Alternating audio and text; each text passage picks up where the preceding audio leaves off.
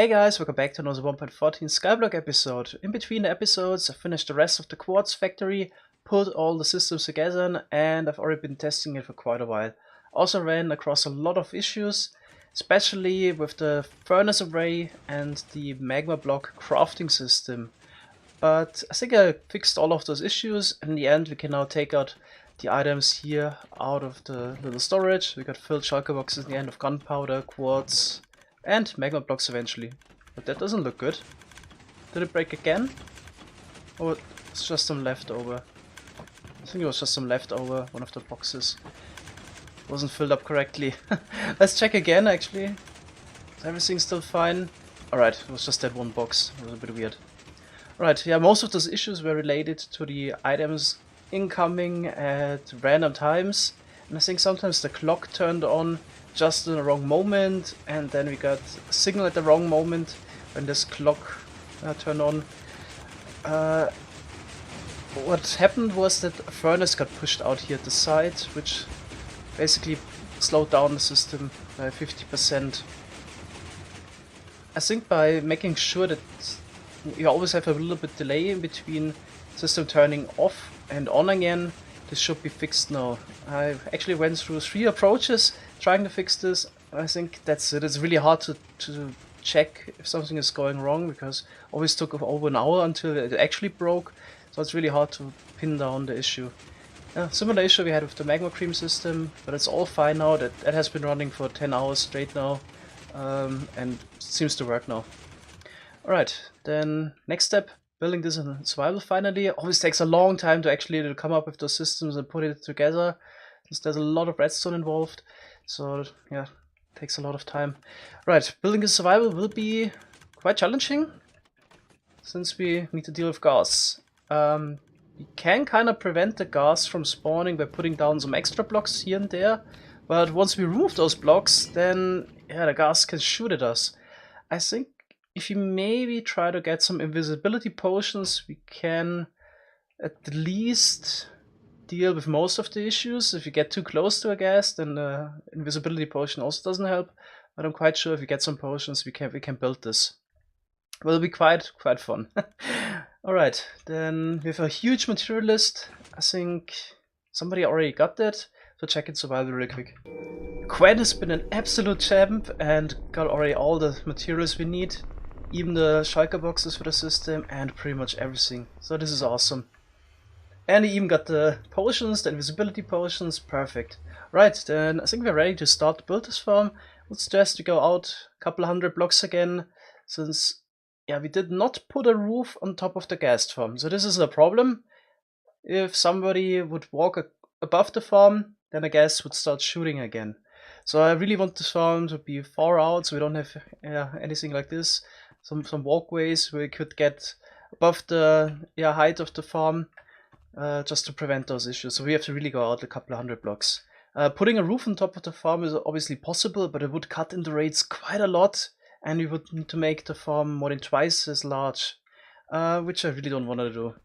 Unfortunately, Quen only found random potions, and we still need to make the invisibility potions. I already got some materials, but it's pretty tough because I'm still not finding anything in the storage here. I think I mentioned a couple of times already, so glad if you want to have a new one. Alright, eventually also found the brown mushrooms that I need for the spider eyes, the fermented spider eyes. I think I got pretty much everything now. That's all of our nether wart, unfortunately.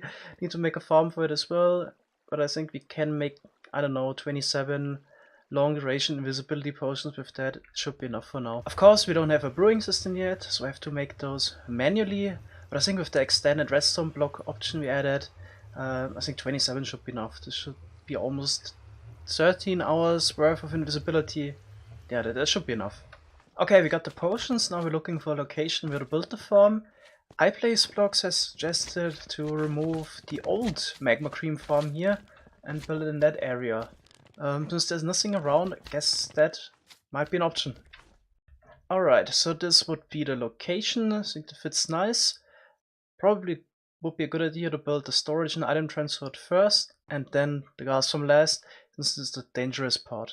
It's also a good opportunity for another time lapse.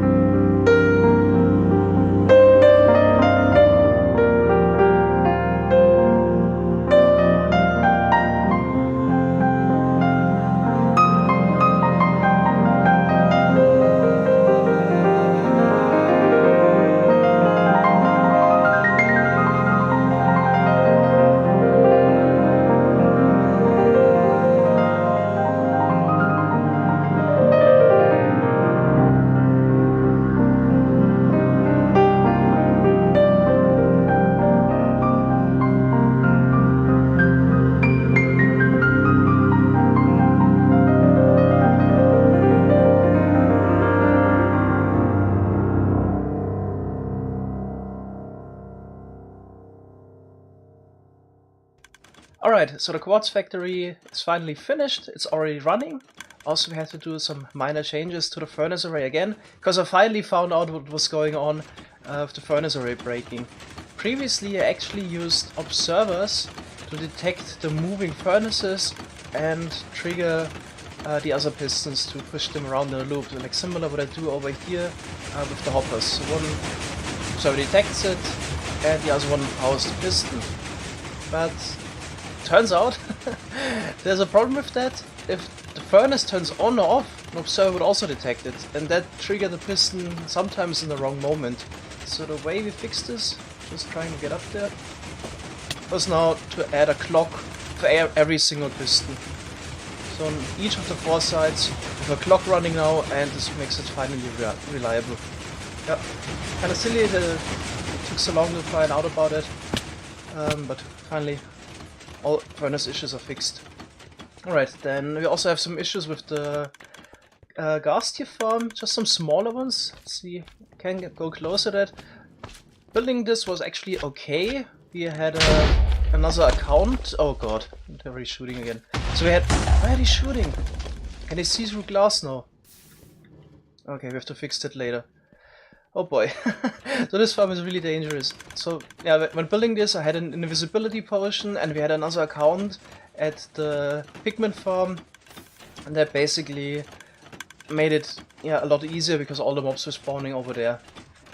Alright, the issue I wanted to show with the ghast farm was actually the jack-o'-lanterns. Might be the best if I just go in spectator mode real quick.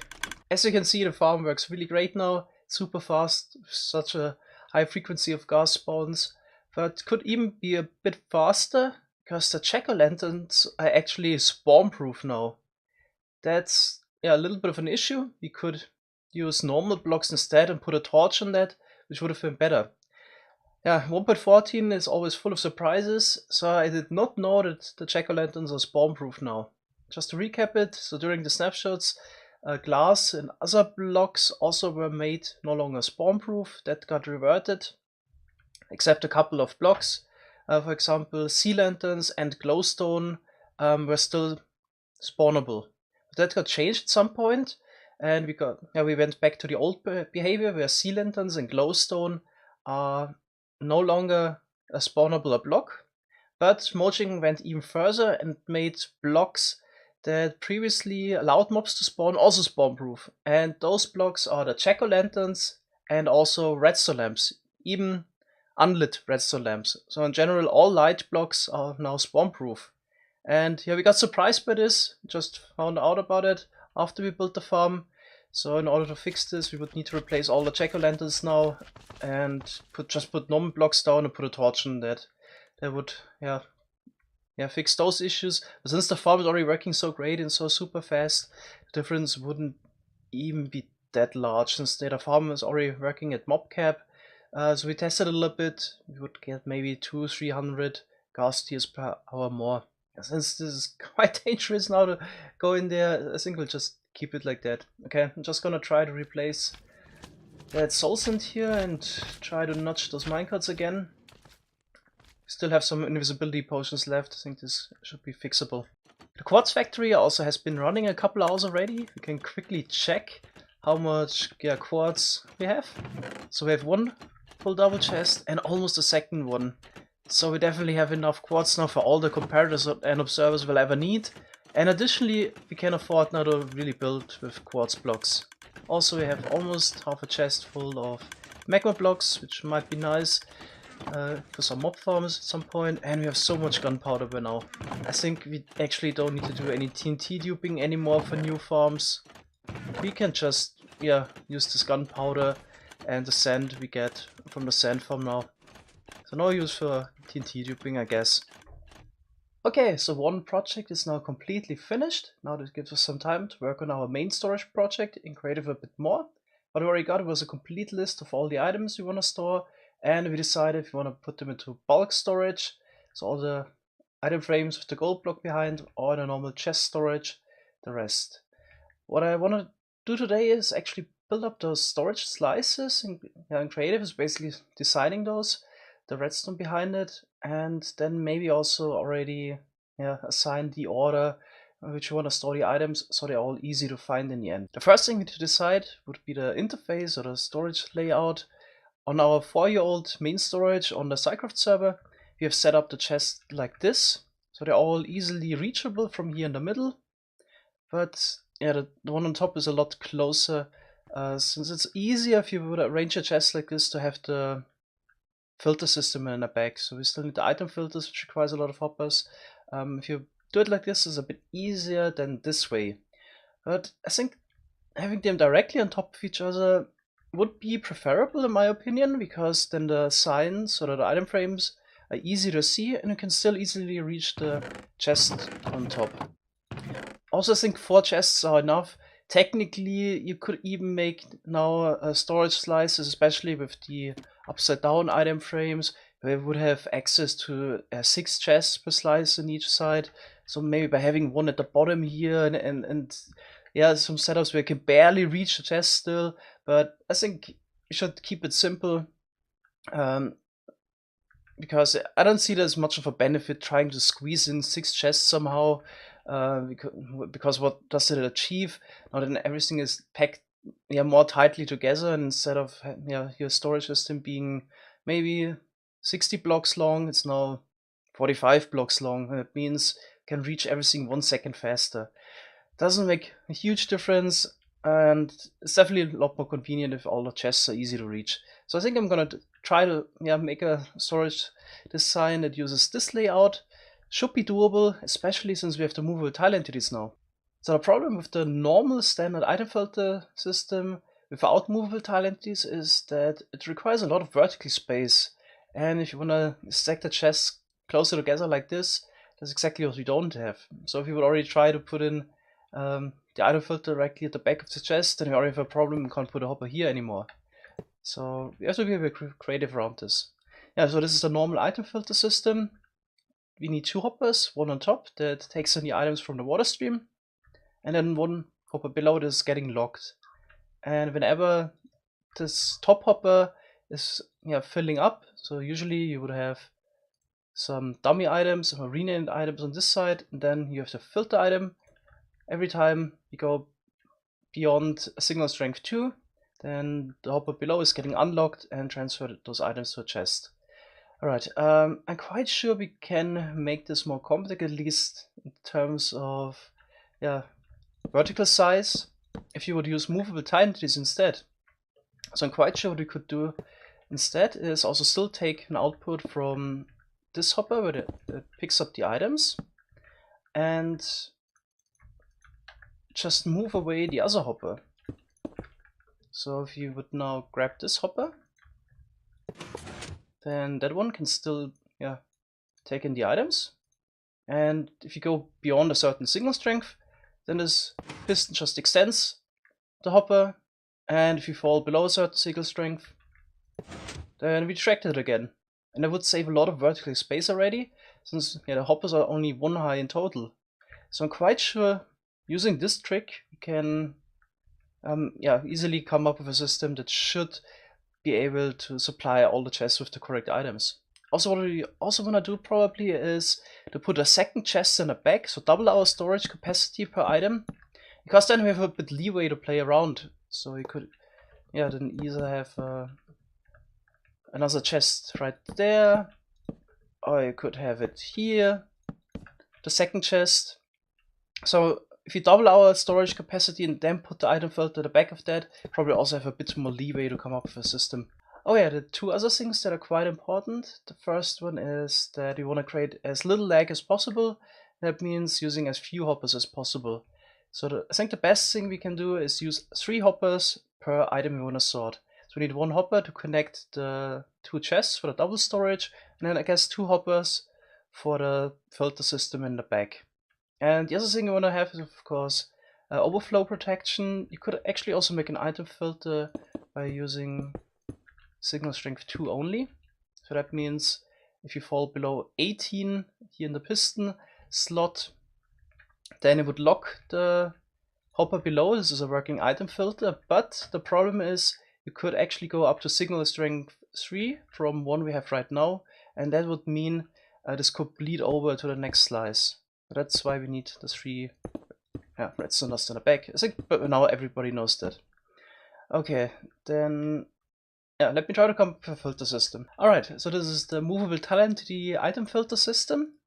If you have more than 41 pistons there, then this hopper is getting pushed up. Let's do that again. I think this is also spam proof.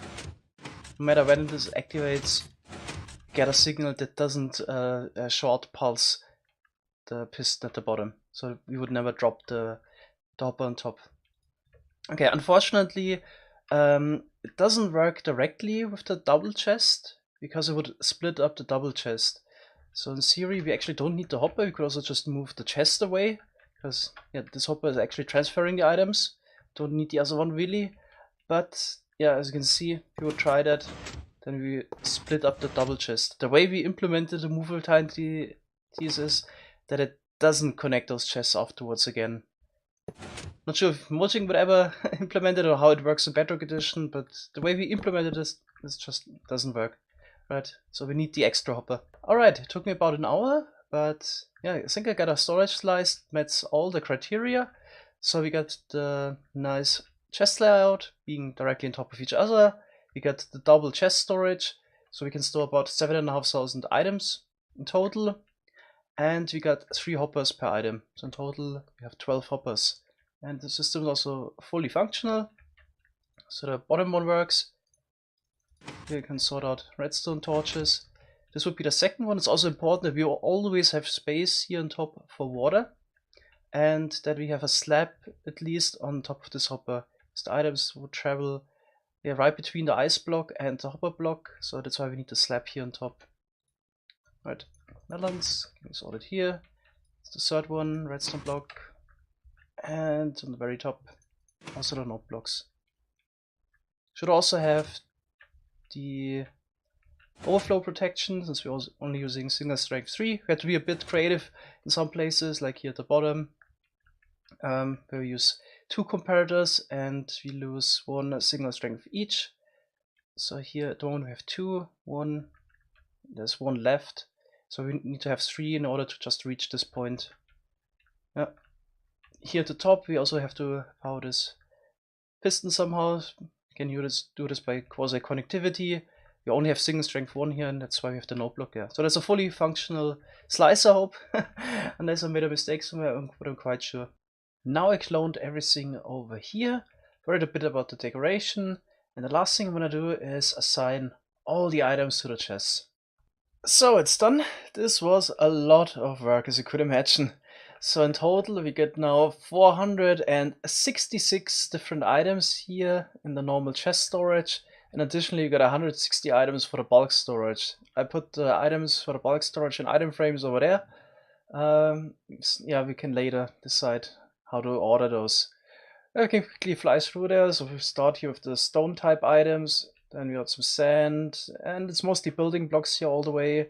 Here we got the villager blocks, corals, light blocks, then yeah, all the different blocks that have 16 different colors. We store, for example, the concrete or the glass, then in the bulk storage later. I think there's no point really storing a lot of carpets, so I think 2 chests is enough for that. Yeah, more random blocks here in the back. Also items we probably won't be able to get, so in total I think I counted 10 or 12 items we can't get. Diamonds, ores, cobwebs are not possible, but who knows, maybe we're gonna add a crafting recipe later. I could imagine that we maybe combine some stone with iron nuggets or whatever to get an ore, or iron ingots. But at the moment there's really no need for it. Then the other side, we start with the wood items, then mob drops here, food, all kinds of plants, flowers, etc. So many corals in the game, it's crazy. And then just random items here in the back. In total 466 items in there, it's crazy.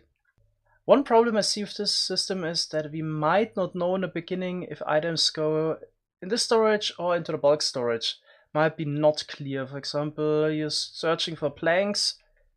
Search here first, the wood items, but yeah, you need to go to the bulk storage later.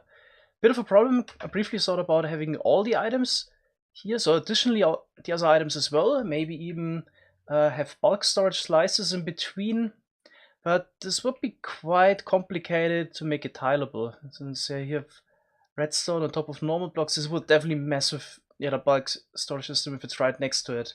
Would be really hard to make this tileable. Other option would have been just to have an extra storage for those items, and then the bulk storage. Basically run the items through this storage first, then the rest goes into the bulk storage. But I decided against it because I actually want to run the items over the bulk storage first and even more items per hour. I actually want double speed item sorting for the bulk storage, so 18,000 per hour, and then here we can have this filter system only do 9,000 per hour. But I guess over time we will get used to the storage and also remember if an item belongs to the bulk storage or not. Alright, let's say we end the episode here. Made good progress, was a lot of work again. Next step is designing the bulk storage system. We already had some ideas, some of the Patreons already submitted suggestions how to do it. Not fully convinced yet. We'll definitely take a look at everything again, since there's a lot of things that need to happen with the bulk storage. It needs to be overflow proof and nice to operate, etc. At the moment, not all the criteria are met. We'll see. Alright, thanks a lot for watching. See you in the next episode. Bye bye.